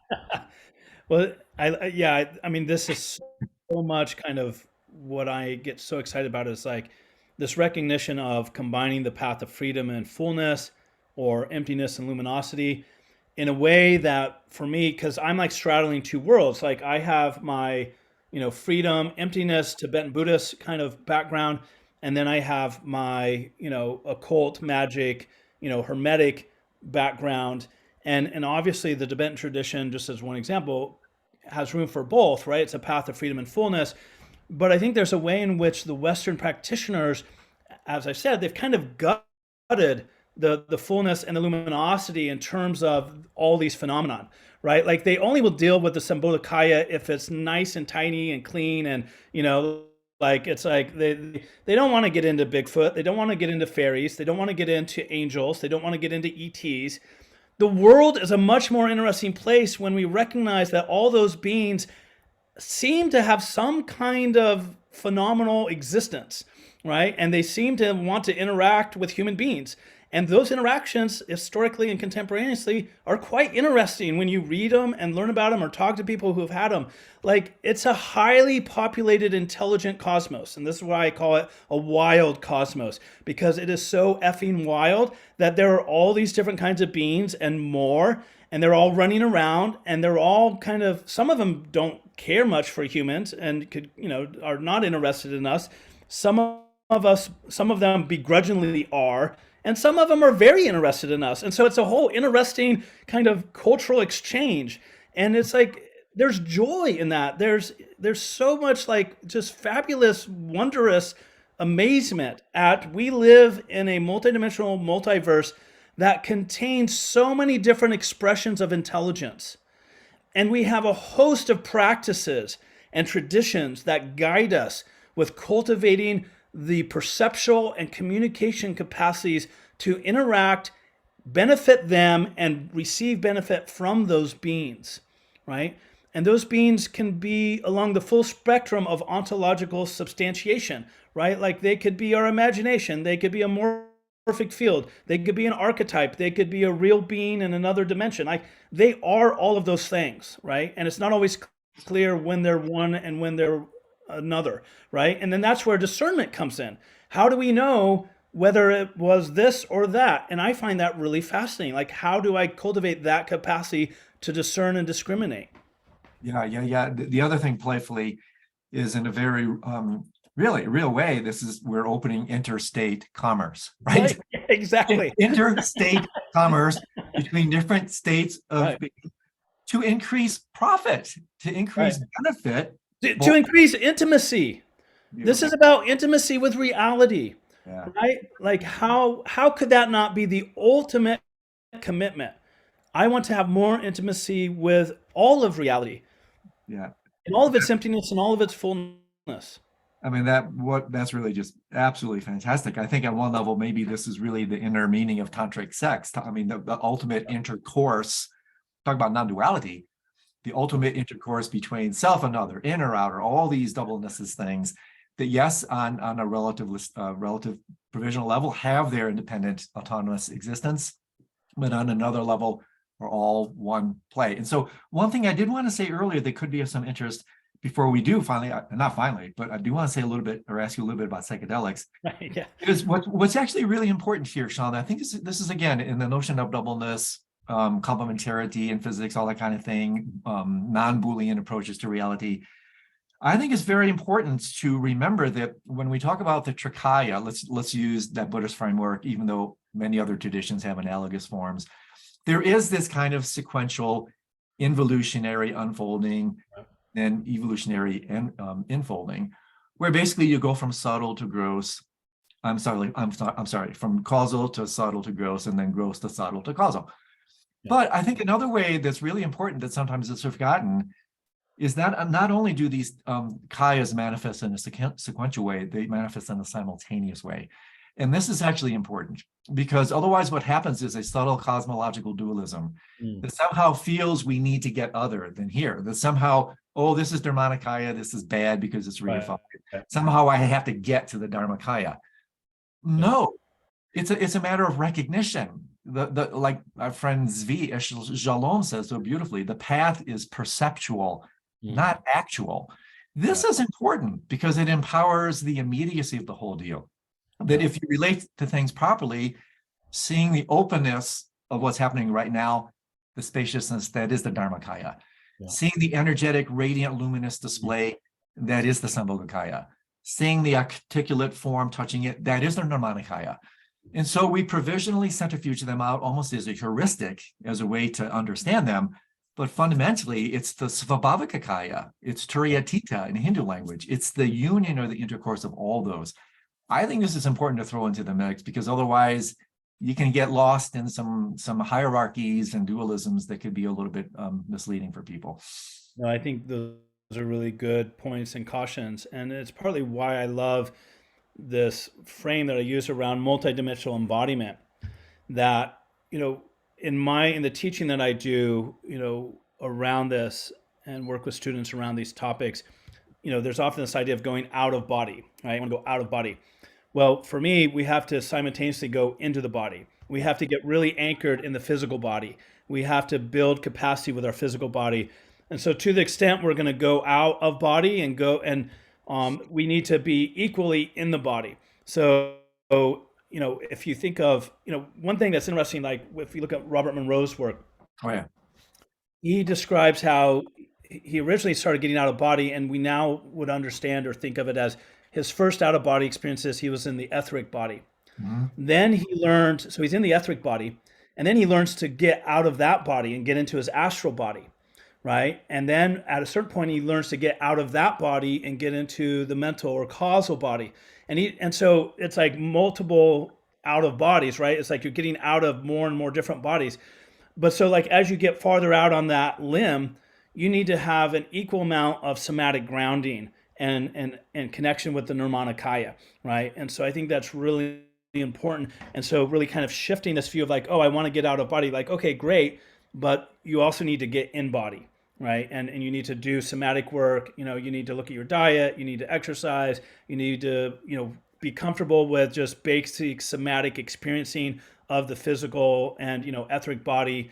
And then when you learn to, it's like, Carlos Castaneda's assemblage point idea. Yeah, exactly. When you Beautiful. learn to access these different bodies, I can sit here talking to you and I can cycle into the etheric body, or I can cycle into the astral body, or I can cycle into the causal or buddhic body, right? So I'm in my physical body, but I'm just like shifting my consciousness because I've learned to access that particular subtle body energetic state, and then I'm accessing it and then interacting from that place.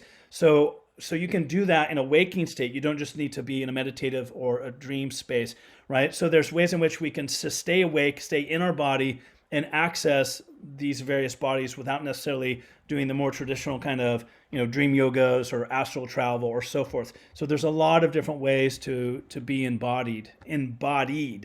Fantastic, fantastic. And so I meant to ask this earlier.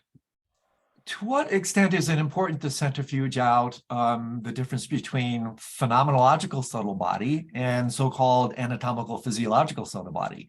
Because that's yet another thing to throw into the mix. Because again, when we talk about subtle body, this is a massive polysemous term, multivalent term. I mean, Right. there's so many references to this. Right. So talk a little bit about the importance of centrifuging out phenomenological subtle body, which would be what? Thoughts, emotions, feelings, Right. kind of in conjunction, I wouldn't say versus, but what we've been talking a little bit more about, maybe this is my misunderstanding, of more kind of physiological anatomic subtle body.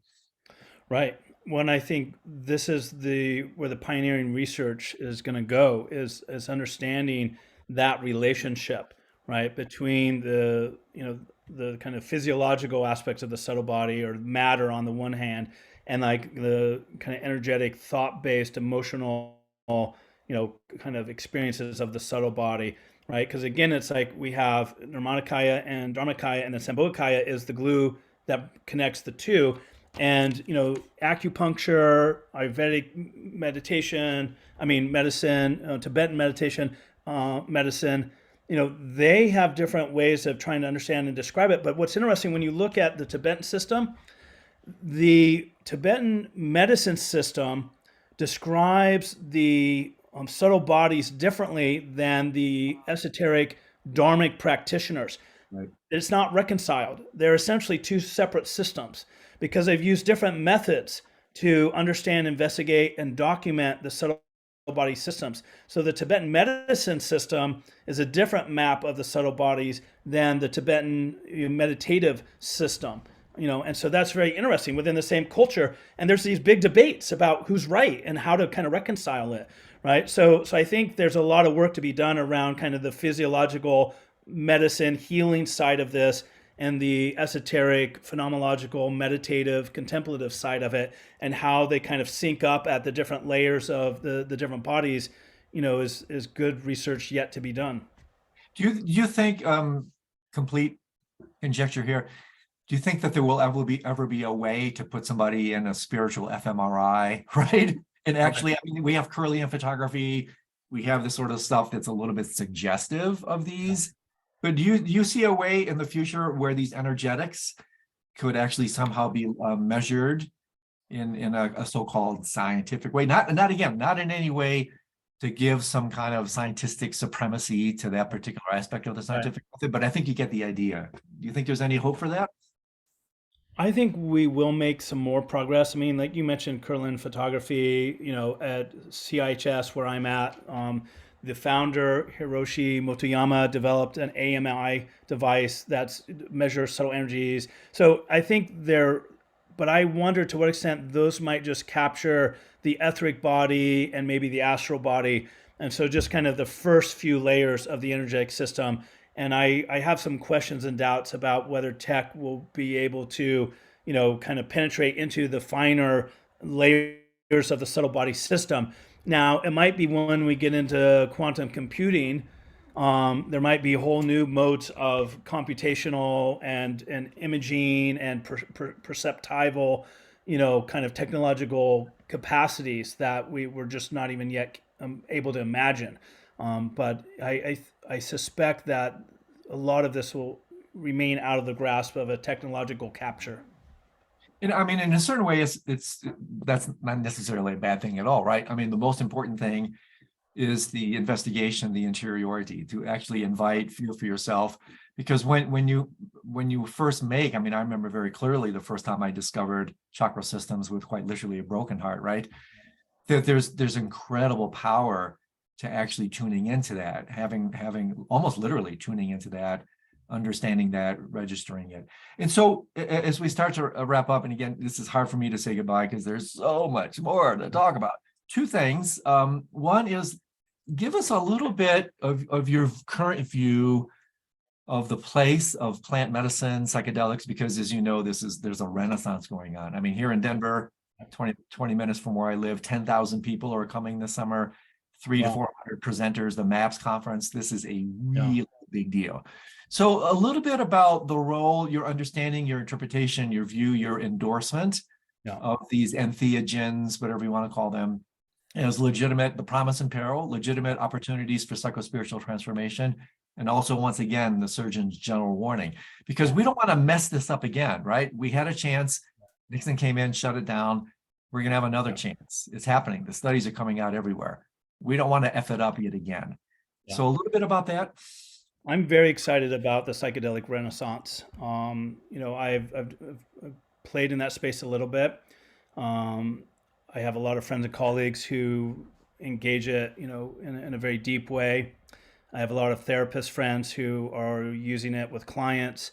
I think the applications for addressing depression, anxiety, trauma are amazing. It doesn't surprise me in the least that these sacred medicines can be used in service of healing and transformation in those ways. And again, I think part of it's because it's activating subtle bodies and bringing the subtle body dimensions into the healing process.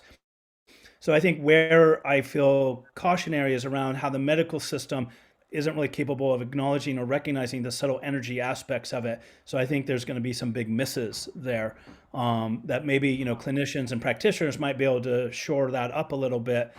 But I get excited when I see John Hopkins, running research looking at DMT entities and really asking the question, what's the ontological status of these beings that people are reporting on DMT, and taking very seriously the reality and what's the benefit of these beings and how are the interactions described by people, right? And one thing that's very interesting is that different medicines, different psychedelics seem to access kind of different realms or landscapes. So there are some beings that you encounter across all psychedelics, right? There's certain kinds of beings that show up in reports, like gray aliens. Yeah. We find gray aliens everywhere, right? So there's a lot we could explore why that is, but just as a data point, they show up everywhere. They even show up in shamanic circles. They show up in Theravada meditators. It's like gray aliens are just everywhere. DMT entities like machine transforming elves only show up with DMT. Mother ayahuasca only shows up with ayahuasca. The encounters with jaguars and snakes and stuff also seem to only show up with ayahuasca. So certain psychedelics activate and open up encounters with certain beings that only seem to be connected to the realms that those psychedelics give you access to.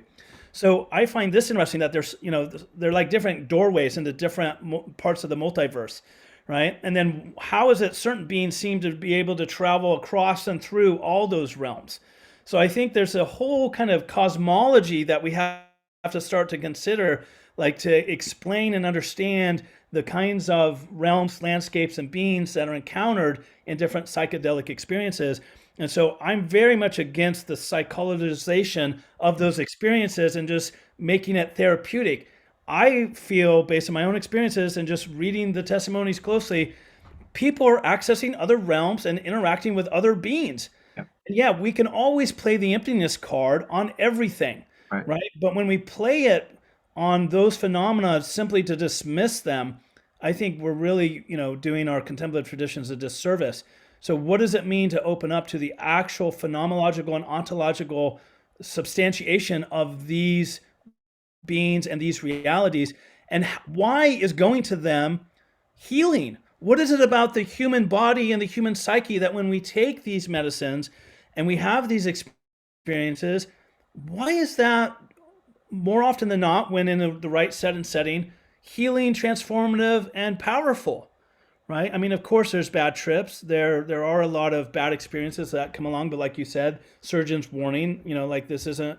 Don't play with matches and expect not to get burned. It's like there are precautions, right? But it's like, so it's fascinating to me that there's something about us that we are oriented towards the cosmos. We are oriented towards a multidimensional multiverse, and there's something very satisfying. I think it comes back to the intimacy we were talking about. There's something very satisfying about making contact with those realities when we live in a highly atheist, secular, materialist, reductionistic, capitalistic society. We are so friggin' alienated from the mystery, right? And these start to reintroduce that into our lives. And so I really am excited about them supporting this cultural shift from a monophasic approach to consciousness to a polyphasic approach to consciousness that recognizes the wisdom and import that these other states of consciousness and the experiences we have in them can bring into our day-to-day life. I mean, just high five on that all the way across. I just a couple of comments and then correlative questions. I think part of the healing takes place because healing is holing. Is the more we open, the more we. I mean, that's what literally physical healing is basically talking about memory. That's what healing is. It's remembering. It's basically letting the body do its magical thing and literally remembering. From a broken bone to a cancer, it doesn't matter. Healing, remembering wholeness. Exactly. Healing is holing. And so when you open, you're opening up to the multi-dimensional multiverse. You're actually integrating holing more with the vast expanse of your mind and reality. I think the healing takes place largely because of that. A couple things here. One is we always have to remember, man, we are always on drugs. We're on drugs right now. We're on serotonin. We're on acetylcholine. We're on norepinephrine. We're on all these neurotransmitters now. And then you step outside of that to the metaphorical drugs. We're on all kinds of psychological drugs that addict us into these particular states. So this again helps us dislodge even the physiological seeming supremacy of the state. Hey, I never thought of that, man. I'm on drugs right now. I see this particular reality because of these neurotransmitters running through my brain. That's my default. I take that to be reality. No, you're on drugs. That's the drug. That's the reality that's disclosed by that drug. The other thing is, I love this stuff, man. That this is, I was listening to one of the MAPS podcasts. I think it's Timothy Leary's son, Zach. Leary does this thing, And he was interviewing this guy. Check this out. This guy was doing 50 grams of psilocybin. I mean, 5 grams is considered heroic dose. Right. This guy was doing Yeah. 50.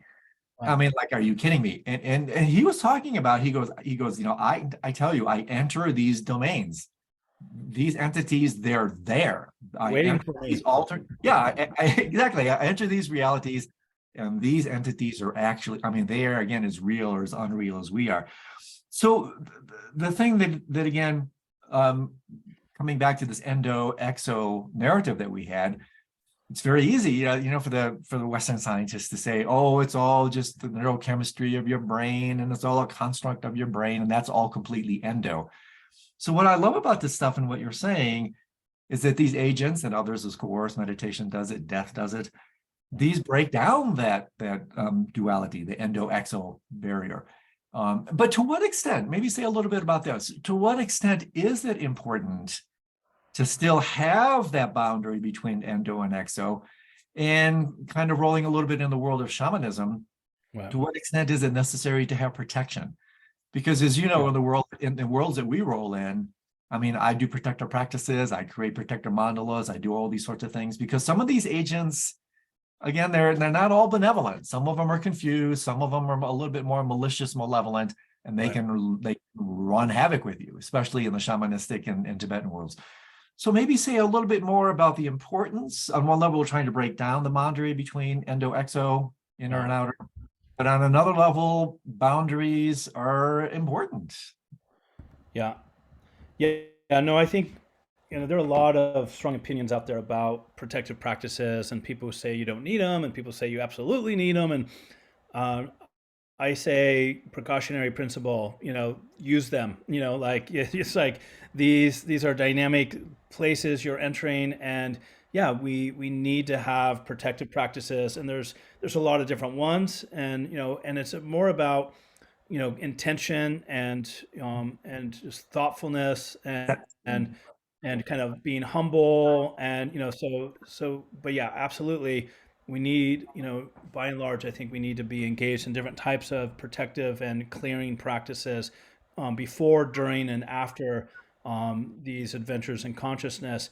In terms of the endo, exo, even eso, exo, for me, so much of it's about differentiation and integration, right? And so differentiating, there's something powerful in differentiating, because then you can integrate at a whole new scale of wholeness, right? And so I think at heart I'm an explorer. Like, I want, and I'm curious, and growth and development occurs through the process of differentiation and integration, Yeah. right? And so, kind of like going back to the multiple subtle bodies, by being able to differentiate our energetic system into multiple subtle bodies, and then working through the shadow and unconscious content associated with each one, right? That's a high level of differentiation that enables a whole new level of healing and integration, right? And so you can be, the more you differentiate and then integrate those differentiations, the more of reality you're holding within you, right? And so it's like you want to keep crossing those boundaries,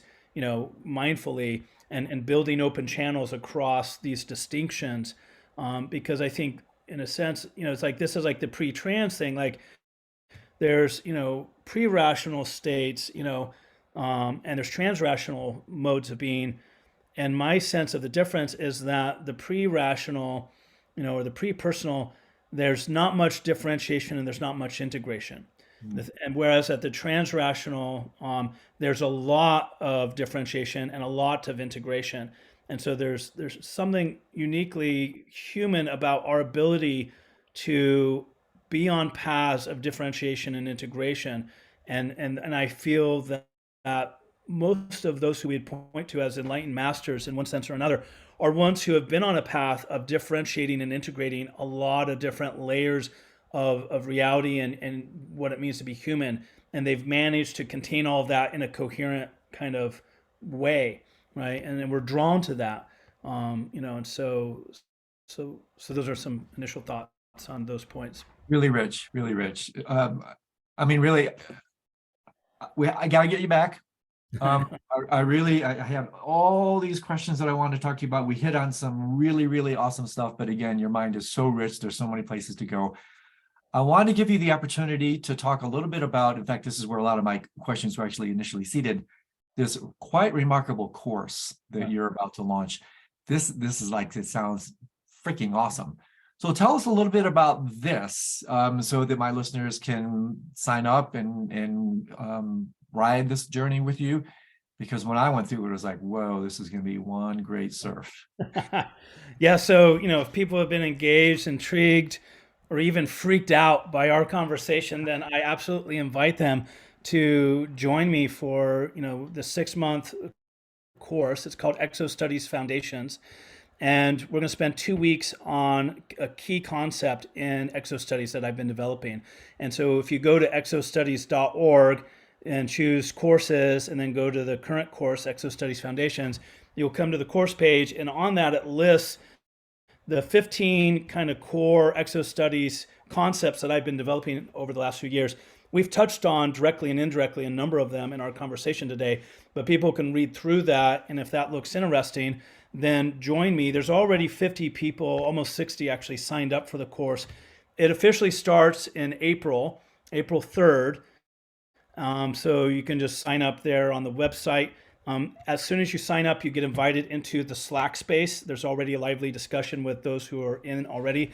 We're having next week on Thursday, we're having a pre-course Zoom call, so people can connect and we can just kind of do introductions and stuff so that we really hit the ground running come April. And we meet on Tuesdays and Thursdays every week. Tuesdays at 1 p.m. Eastern, Thursdays at 8 p.m. Eastern.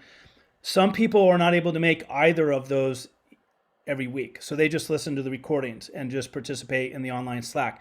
Some people just watch the recordings and don't participate on the online Slack. Some people attend both calls each week the whole 6 months, right? So it's up to you, whatever works with your schedule. Sometimes people participate a lot and then they disappear for a month or two and then they come back because they traveling with their family. So it's a very flexible community of practice, and so it's going to be very intellectual and also very experiential.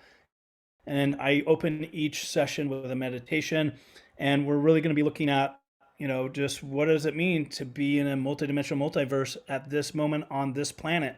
And it's going to be a wild ride. So check out the website just to see those 15 concepts. And if you're intrigued, come join me. Totally. Yeah, absolutely. I only have one minor suggestion. I think you need to back the start date up 2 days. Right. Oh, April Fool's Day. First, you need to launch it on April Fool's Day, right? April 1st, right? Right. So really, I'm left with so many things here. The one final kind of overriding magical thing that you hit on, there are so many, but this journey really fundamentally, it may seem sometimes like wildly esoteric, like WTF is this? What does this have to do with anything? It's all just intellectual masturbation or whatever. But I think on one level, what you said is really, really beautiful, that this is fundamentally about intimacy with reality. And if we don't really pay attention to that, I mean, that's fundamentally what we're looking for, whether we know it or not. That's the authentic gratification. Yeah. Everything else we do is a substitute for that.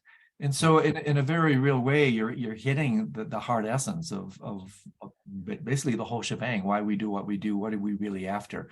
And so by expanding our horizons, breaking away from our limited realities, we're opening ourselves to intimacy with reality altogether. And oh my gosh, I mean, that's a really wondrous, beautiful thing.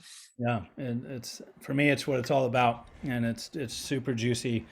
And part of what's so great about this course and this community practice that I'm going to be launching is it's very intimate. People share all their weird experiences, and some people have weird experiences and don't share. It's not like you have to, but there's something powerful about being in a community. And there's Christians and Buddhists and atheists and Marxists. It's like we're a very dynamic, diverse group, right? And the thing that brings us together is we've all had weird experiences, and there's a lot of,